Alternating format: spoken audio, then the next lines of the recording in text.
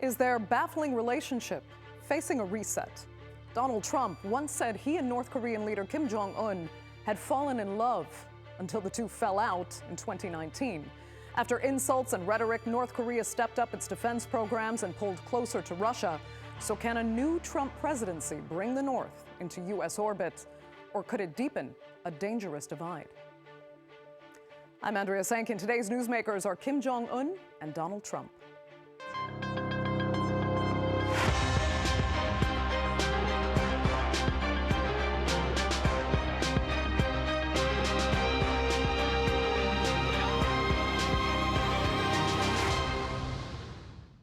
North Korea has caused the world concern on numerous occasions. Its status as a pariah state and efforts to build a nuclear weapons arsenal have made it one of the most sanctioned countries on the planet. But when running for president in 2016, Donald Trump boasted he could change that, mostly by pressuring China. He said he would even welcome Kim Jong Un to the U.S. for a meeting over hamburgers just to talk. Well, not only did he fail to deliver on building any sort of real bond, the U.S.-North Korea relationship got much worse. So now, with Trump 2.0, will that downward momentum continue? Or could a new Trump-Kim love affair deliver something different? Here's a look.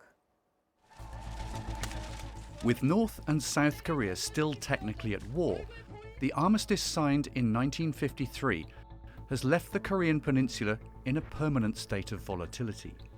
A Cold War relic, North Korea still has the backing of Russia and China today, while democratic South Korea is backed by the US and Western powers. That divide has made Pyongyang one of the world's most dangerous flashpoints. So help me God. Congratulations. But upon taking office in 2017, Donald Trump pledged to change it. He soon took aim at North Korea's leader Kim Jong Un after his 6th nuclear test, putting heavier sanctions in place, and while announcing domestic tax cuts, he sent this message to Kim. These massive tax cuts will be rocket fuel. Little rocket man, rocket fuel for the American economy. He is a sick puppy. Trump's harsh language set the stage for a highly unpredictable path forward. Kim's response was to call President Trump mentally deranged and a dotard. But just a year later, Trump's approach softened. And we'll go back and forth, and then we fell in love, okay? Their first summit in Singapore marked a historic moment. Trump and Kim engaged in brief, yet unprecedented talks. Their next meeting, 8 months later, in Vietnam's capital Hanoi, was a totally different affair. Both men thought their relationship was strong enough for them to gain concessions from the other, but neither was willing to agree.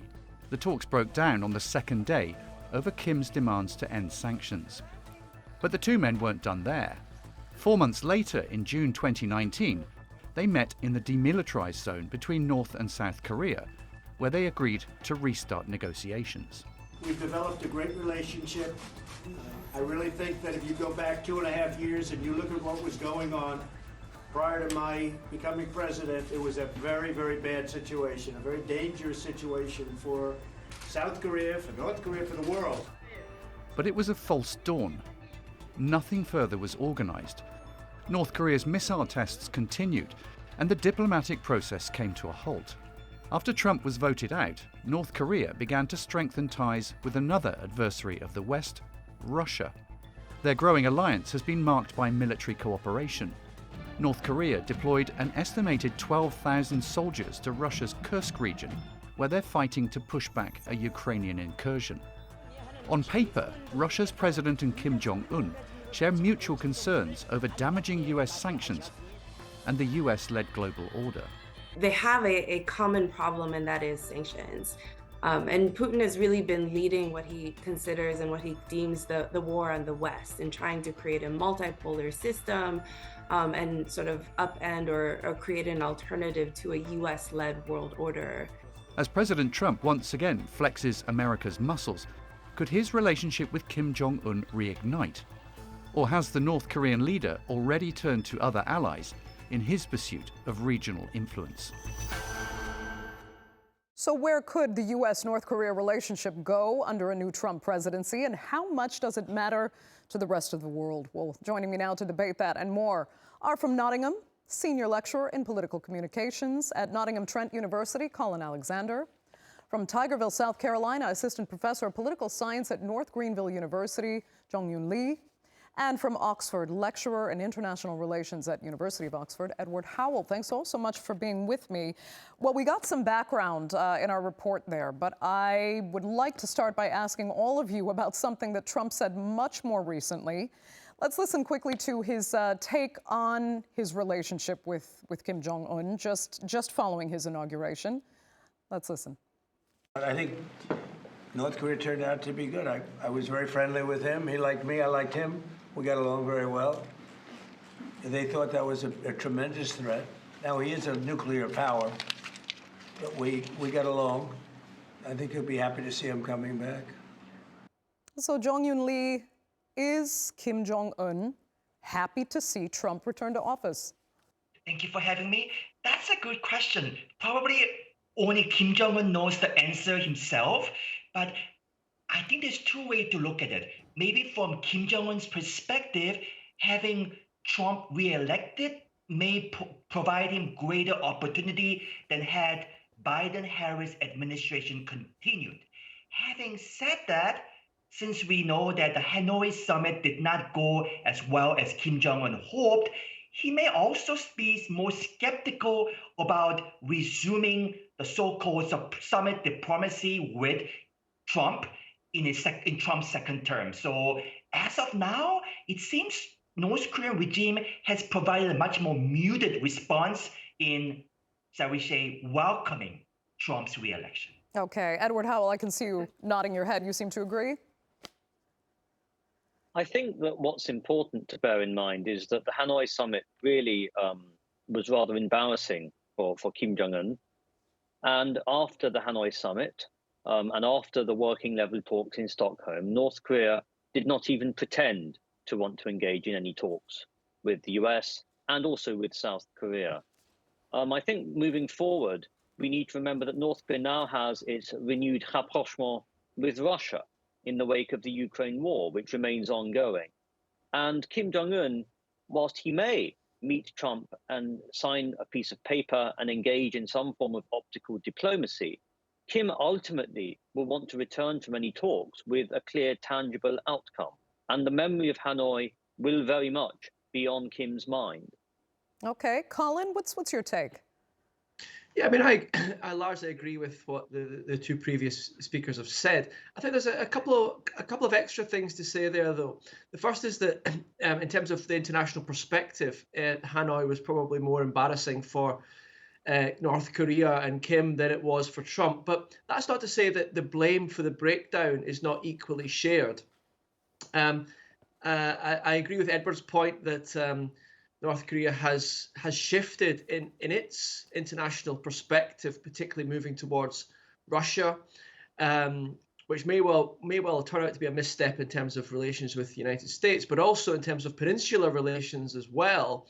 North Korea has declared or has sort of moved back from any kind of reconciliation with the South, again, which perhaps creates a bit more of a void in terms of how both sides actually reach any sort of agreement here. The other thing to point out, though, is that I think that at the Hanoi summit, there was also several errors on the part of the Trump campaign, of the Trump administration as well. I think that they misjudged what North Korea actually wanted to get out of that meeting. I'd like to talk a little further about what larger expectations may be for both parties. But Jong Eun Lee, let me come back to you, because if we just talk first about the two personalities involved here, I mean, it is such an intriguing relationship. You said that you're not sure what Kim Jong Un could do, because both these men are two hyper-unique political personalities. Let's put it that way. They've really never been seen before. So even though they very publicly insulted each other, are they both still open to a reset, or has that earlier rhetoric, those earlier insults, caused some kind of festering permanent damage? That's a good question. So far, it seems it is Trump who seems to like publicly tout or boast of the fact that he has some kind of a good personal relationship with Kim Jong Un, while North Korean Kim has been much more, shall we say, cautious, reclusive in his reactions toward Trump's overture. In fact, my initial takeaway is that we are seeing Kim in 2017, the first year of the Trump first term, when North Korea actually engaged in intentionally provocative actions to grab the attention of Trump administration. So my takeaway is that in the next several months at least, instead of seeing a friendly Kim, you might see much more aggressive Kim who tries to first begin with a maximalist diplomatic stance to see and gauge how much pressure can he also engage against Trump administration before any diplomatic summits. Now, would Kim still be open to resuming diplomacy, like having another summit with Trump? My answer is sure, because North Korea's long historical strategy has been, even since during Cold War, not to become overly dependent on a single regional power, not Soviet Union, not China or United States. So he wouldn't just want to rely on Russia or China. So having US as plan B or C would not be bad for him. Why not? Okay, right now, though, it seems, Edward, let me ask you, that Russia has been of great benefit to North Korea and that Kim Jong Un is in a very different position now. He's not as desperate for sanctions relief, in large part because of that relationship with Russia. So where does that leave Trump, who wants to believe he does have this upper hand and more leverage, arguably, over North Korea than he really might? I think the first point to bear in mind is that North Korea now in 2025 is certainly not the same as North Korea in 2017, nor in 2018, 2019, when Trump and Kim met thrice in the space of 2 years. We've seen Pyongyang's acceleration in nuclear development, namely in the form of delivery systems. And I think also, as you mentioned, North Korea's partnership with Russia. We need to bear in mind that, yes, whilst the initial relationship between Moscow and Pyongyang was very much transactional, a cash for ammunition exchange, speculation quickly turned into reality. We saw the exchange of North Korean ballistic missiles being sent in Russia's direction, and most recently troops. And we know that North Korea in return has been gaining financial assistance, food assistance, and the most concerning aspect of this, about which very little is known, is the advanced military and missile technology that Kim Jong Un wants. And we know he wants that. He's made that very clear. I think the second broader point is to distinguish between interpersonal and interstate relations. And I say this because the North Koreans have actually done this. Last July, when Trump wanted to invite Kim Jong Un to a New York Yankees game, he mentioned this at one of his rallies. The North Korean state media responded and said that in the first Trump administration, leader-to-leader relations were all well and good, but interstate relations were very poor. And I think this distinction between leader-to-leader relations and the relations between the two states is very important. North Korea's worldview towards the US, namely as a hostile power, has fundamentally not changed. And Pyongyang made this very clear only a couple of days ago in response to a statement from the Secretary of State. That's interesting. I mean, Colin, as for those, I guess, interpersonal relations, what do you think are the concerns on both leaders' behalves of what the optics will be here? I mean, how much do they both risk a level of political embarrassment if they decide to meet again and it does not go well? Yeah, I mean, both leaders, I would say, are consider your word, the optics of this to be of great importance, and both of them command their sort of power to be in charge from optics in terms of the internal propaganda mechanisms within North Korea, and also Trump's heavy focus on on performance rather than substance, really, in terms of his electioneering strategy. So both teams are very much focused upon that. I do, however, think that Trump appears to have less to lose, partly because he has a few more aspects going on as kind of, one of the key leaders of the world, right? I mean, North Korea is very much a sort of peripheral nation, and therefore Trump can kind of claim back a bit more capital if something does go wrong through other actions that he may well engage in. That said, though, the Trump administration, even in his first couple of weeks, has certainly rattled quite a few people in terms of the trade tariffs, etc. So we'll see how that one kind of develops. Yeah. North Korea, we know, for example, when Vladimir Putin came to Pyongyang, that this was sort of deeply celebrated through the domestic propaganda within North Korea.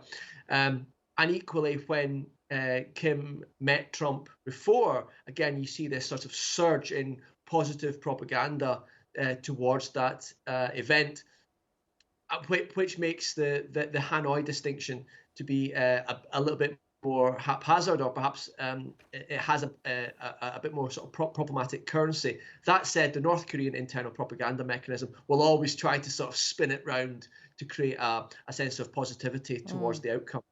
It's interesting, Jong Eun Lee, because Colin noted that Trump may have less to lose as far as North Korea, the U.S.-North Korea relationship is concerned. But I think the wider implication of that is that if he doesn't engage North Korea, if this relationship doesn't go well, there's a lot at stake for U.S. allies, not least South Korea. If his greater interest happens to be, foreign policy only regarding the Middle East and other issues, especially trade wars, et cetera, and North Korea is ignored, what are the implications of that for the South and for wider Asia in particular? That's a great question. I think that's the question where there is going to be an issue of conflict between the United States and United States East Asian allies like Korea and Japan. I'll be frank, right now, I'm going to take a risk and say, I don't think North Korea is a top priority for Trump administration. Trump administration's priority, it seems to be Panama Canal, Greenland, Western Hemisphere, tariff and immigration issue with Mexico and Canada, Ukraine war, maybe Middle East and Gaza Strip. Those seem to be his priority right now. From North Korea, frankly, from Trump's perspective, North Korea keeping their nukes and not causing any international headline, that itself is a welcome relief for the Trump administration to focus on other geopolitical issues. So from Trump's perspective, North Korea issue getting sidelined would be not a bad thing. Now for Korea and Japan, obviously, we have two concerns. Number one, we don't want Trump to ignore North Korea, but nor do we want Trump to be so generous to North Korea for the sake of a deal. And for instance, recognize North Korea as a nuclear weapon state. That will be too much concessions that South Korea and Japan are worried about. Interesting. I mean, Edward, would it ever be possible that he would give those kinds of concessions? And also speak to what South Korea in particular needs out of the U.S.-North Korea relationship for its own security, as well as Japan. So we know that Kim Jong Un has two central goals. The first is regime survival, and the second is recognition of North Korea as a de facto nuclear armed state. And it's been a mainstay of US policy never to grant North Korea recognition as a nuclear armed state. We all know what North Korea does when given a carte blanche. It violates any sort of agreement it signs, and it just engages in delinquent behavior with the aim of reaping rewards. This has been central to North Korea's strategy even before it actually acquired nuclear weapons. For South Korea and Japan, I think South Korea now, in any event of dialogue between the US and North Korea, let's just imagine that were to take place, Seoul would not want to become merely a mediator. The first Trump administration, the dialogue between Washington and Pyongyang was very much facilitated by Seoul. And at the end of it, South Korea became little more than the mediator between the two powers. I think on the part of Japan and South Korea, at the moment we have domestic political issues in both countries. There's the new, relatively new Ishiba administration in Tokyo, and obviously the domestic tumult in Seoul. For the past 4 years, the US has preferred to engage in ways to assure its Northeast Asian allies, the Camp David summit, for instance, the Washington Declaration, rather than focus actively on deterring adversaries, namely North Korea and China. And I think Japan and South Korea will want this assurance on the part of the US, given how, for the South Koreans, North Korea is a very, very proximate threat. The threat is only increasing. And for Japan, we must remember that every time North Korea tests a missile, it more often than not lands within Japan's exclusive economic zones or waters just outside it. So the need to strengthen alliances with the United States, which is something that the Yoon administration in South Korea very much did, particularly bilaterally with Japan and trilaterally involving the US, is something that would be of concern to the US's Northeast Asian allies at the moment. I think I will say that with respect to the Trump administration, we also need to consider how much it prioritizes China versus how much it prioritizes North Korea as well, even within the Northeast Asian region. Yeah. And we'll have to remember, as we brought up earlier, that in 2016, Trump insisted that he was going to force China somehow to take care of North Korea, to even get rid of Kim Jong Un. He even alluded to assassination at one point, interestingly, in a press interview. But anyway, Colin, I mean, going forward, we don't know how these two unpredictable leaders will behave, how the relationship will develop. So if he ignores the North Korea issue, if he engages and it goes terribly wrong, as it did arguably last time, what are the dangers internationally should that happen? Well, I just wanted to come back to the previous point as well, but I think it's kind of related to this question here. I think that the key distinction that we're making in this discussion is around the more strategic country-led issues, and then the kind of issues of the interpersonal dialogue and interpersonal friendships or not between the two leaders. I think that we're absolutely right to point out that North Korea is not the same as it was in 2017 or during the first Trump administration, and the United States and indeed Trump are kind of different characters as well in terms of their priorities. One thing that I say is consistent, though, is the sort of the egoism of Donald Trump. And I think that one of the kind of leftover niggling things that he's got here is that he didn't get a Nobel Peace Prize. And he did work on North Korea, he did work on the Abraham Accords, etc., in his first term.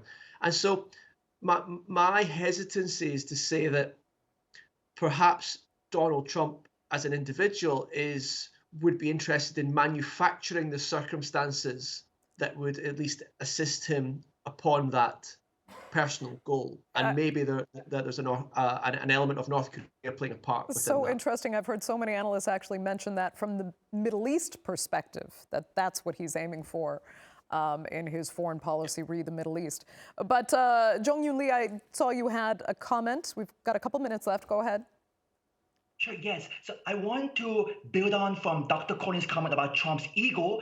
My curiosity is this. A lot of analysts on North Korea saying that big deal is very difficult, if not impossible, at this point, like North Korea's complete denuclearization. The best realistic deal would be a small deal in which North Korea might freeze additional nuclear tests, might refrain from additional ICBM tests. So if it's a small deal, what I'm curious is that big enough to satisfy Trump's ego? If it's a big deal, he would want all the credits by signing the deal at the summit. But if it's just a small deal to restrain, maybe mitigate the crisis, if that's the maximum he could hope for, why not just send U.S. envoy to sign on his behalf? So in that sense, I feel as if the magnitude of a deal would also be important on how much Trump wants to publicize the deal.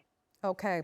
I'll tell you what, Edward, we have 1 minute left, and I actually wanted to get in one final question on Russia, if I can address this to you. And tell us how you think North Korea's relationship with Russia is actually serving North Korea at this point. Is it sustainable, for example, to have its military in Ukraine? And is that agreement working well for Moscow as intended to keep this relationship going forward as strongly as arguably both partners would like? The two countries refer to the relationship in different ways. Russia refers to it as a partnership, and North Korea goes further and refers to it as an alliance, which I think is no semantic discrepancy here. Yeah. I think moving forward, if the Ukraine war were to end, and however it ends, the Russia-North Korea relationship will obviously not be the same, and there'll be no need for North Korean troops, for instance. But this relationship will still be there, in my view. It may look very different, it may look a little bit different, but it will still be there. I think fundamentally, Russia has helped North Korea to undermine the UN Security Council, the core security institution of international order. Russia, together with China, helping North Korea in evading sanctions. And this all feeds into Pyongyang's desire for recognition as a de facto nuclear armed state. Okay, Edward, that will have to be the final word. I'd like to thank all three of my panelists so much for being with us on this edition of the Newsmakers. Great to have you all, and our viewers, of course, for joining us as well. Remember, you can follow us on social media, and do be sure to subscribe to our YouTube channel. I'm Andrea Sankey. We'll see you next time.